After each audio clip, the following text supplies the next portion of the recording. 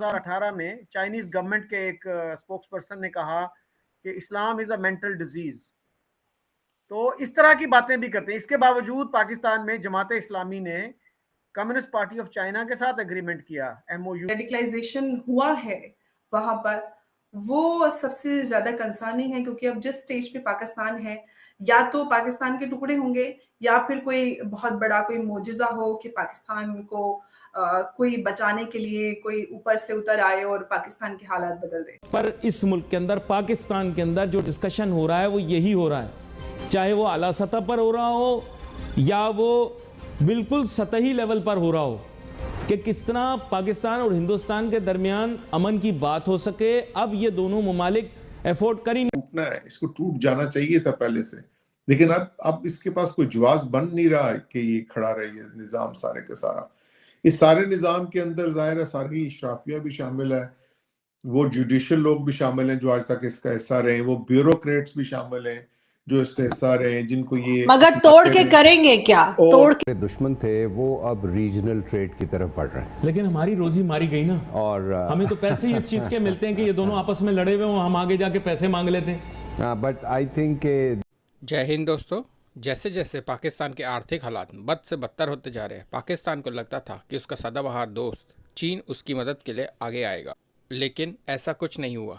आर्थिक मदद तो दूर की बात है, चीन ने पाकिस्तान के बारे में पिछले दिनों में ऐसी टिप्पणियां की है जिसे आज पाकिस्तानी मीडिया चर्चा कर रहा है कि बदहाल होते पाकिस्तान को अगर आर्थिक हालात अपने सुधारने हैं और टूट से बचना है तो उसे भारत के साथ व्यापार करना पड़ेगा।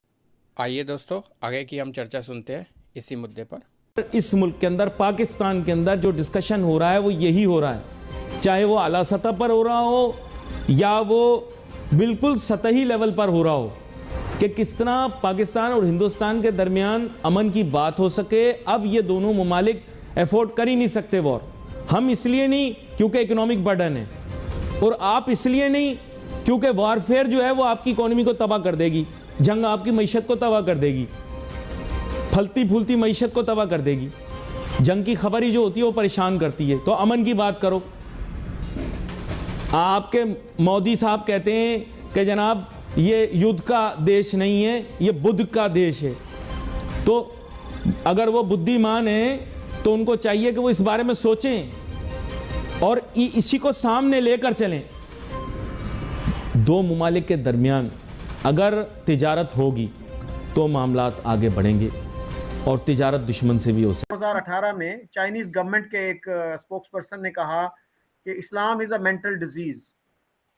तो इस तरह की बातें भी करते हैं। इसके बावजूद पाकिस्तान में जमात इस्लामी ने कम्युनिस्ट पार्टी ऑफ चाइना के साथ एग्रीमेंट किया, एमओयू। रेडिकलाइजेशन हुआ है वहां पर, वो सबसे ज्यादा कंसर्निंग है, क्योंकि अब जिस स्टेज पे पाकिस्तान है, या तो पाकिस्तान के टुकड़े होंगे या फिर कोई बहुत बड़ा कोई मोजिजा हो कि पाकिस्तान को कोई बचाने के लिए कोई ऊपर से उतर आए और पाकिस्तान के हालात बदल दे। अच्छा, ये जो इस तरह के वाकयात होते हैं, ह्यूमन राइट्स अब्यूजेस हैं, उसमें मैंने भी ये देखा है, तो one should be honest about it, कि पाकिस्तानी मीडिया उसको बहुत प्ले अप करता है अगर वो इंडिया में हो। लेकिन अगर उसी तरह के वाकयात जो हैं वो बर्मा में हो और हजारों लोग, लाखों लोग वहां से मुल्क छोड़ के चले जाएं, तो वो इतना बड़ा इशू नहीं बनता पाकिस्तानी मीडिया के लिए। चाइना में अगर हो तो उसके लिए हमारे बड़े बड़े जो लीडर्स हैं, बड़े बड़े intellectuals, they seem to be making excuses for China. मैं हमेशा पाकिस्तान की जब बात आती है, मैं यही कहती हूँ, जब भारत को लेकर प्रोपेगेंडा करते हैं कि आप उग्र मुसलमानों की बात नहीं करते। इमरान खान ने बयान दिया था कि क्या है, कौन है, मुझे नहीं पता क्या होता है। तो उनका जो इतना करीबी दोस्त चाइना, जहां पर वो जब इतना ज्यादा उनकी गले में बाहें डली रहती हैं, उनको ये नहीं पता चला कि वो सबसे बड़े इस्लाम के अलंबरदार बनते हैं और वहां पर मुसलमानों को किस तरह के हालात में कंसंट्रेशन कैंप में रखा जाता है, उसके बारे में उनको खबर नहीं है। इनफैक्ट थे वो अब रीजनल ट्रेड की तरफ बढ़ रहे हैं। लेकिन हमारी रोजी मारी गई ना, और हमें तो पैसे ही इस चीज के मिलते हैं कि ये दोनों आपस में लड़े हुए हों, हम आगे जाके पैसे मांग लेते हैं। बट आई थिंक नो मोर। अब जो है पाकिस्तान को पैसे अगर मिलेंगे तो वो मेरिट पे मिलेंगे, और मेरिट क्या है, वो आपने अपना हाउस ठीक करना है। अब आपका सवाल यह है कि पाकिस्तान में इस वक्त जो मुआशी सूरत हाल है, ऐसे सरकमस्टांसेस हैं जहां पर बैंक्स में अपनी जो लेटर ऑफ क्रेडिट्स एलसीज खुलवाना जो है वो बिल्कुल इसी तरह है जिस तरह के हमारे यहाँ इनकम टैक्स के दफ्तर में, कस्टम के दफ्तर में, पुलिस के दफ्तर में काम कराते हैं ना, जिस तरह अंदाज से अब बैंक्स भी मोर और लेस इसी तरह एलसीज दे रहे हैं, इसलिए कि उनके पास डिस्क्रिशन आ गई है किसकी एलसी खोलनी है किसकी नहीं खोलनी।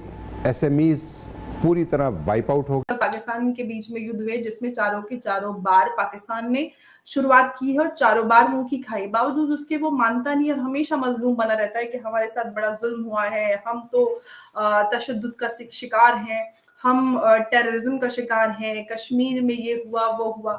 अभी भी बिलावल भुट्टो लगातार कश्मीर को लेकर आवाजें बुलंद करें, चाहे यूनाइटेड नेशंस हो चाहे ओआईसी हो, जबकि ओआईसी ने भी ये बात पहले क्लियर कर दी थी कि हम कश्मीर मुद्दे पर अब आपके साथ नहीं होंगे। और सऊदी ने भी ये बात, जबकि सऊदी की बात करें तो ओआईसी में लीडरशिप पोजीशन में सऊदी है, तो उसकी तरफ से भी बात रही कि अब हम कश्मीर मुद्दे को लेकर आपके साथ नहीं है, आप इससे दूर रहें, इसको भूलकर। IMF का जो जोड़ बन रहा है उसके बारे में भी बात की।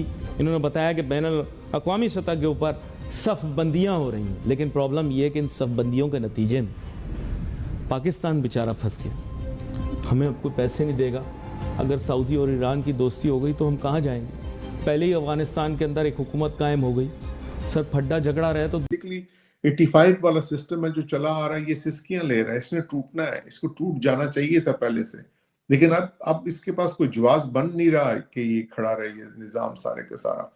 इस सारे निज़ाम के अंदर जाहिर है सारी इशराफिया भी शामिल है, वो जुडिशियल लोग भी शामिल हैं जो आज तक इसका हिस्सा रहे, वो ब्यूरोक्रेट्स भी शामिल हैं जो इसका हिस्सा रहे, जिनको ये मगर तोड़ के करेंगे क्या? तोड़ के क्या बनेगा? और आर्मी भी इसका हिस्सा रही है इसी निज़ाम का, और इसी निज़ाम से फायदे उठाते रहे सब। नहीं देखिए, तोड़ के क्या करेंगे? तोड़ के ये करेंगे कि जो आज तक पाकिस्तान का खून निचोड़ा जाता रहा और पाकिस्तान की अवाम को कुछ नहीं मिला, तो कोई तो निज़ाम आना चाहिए ना जिससे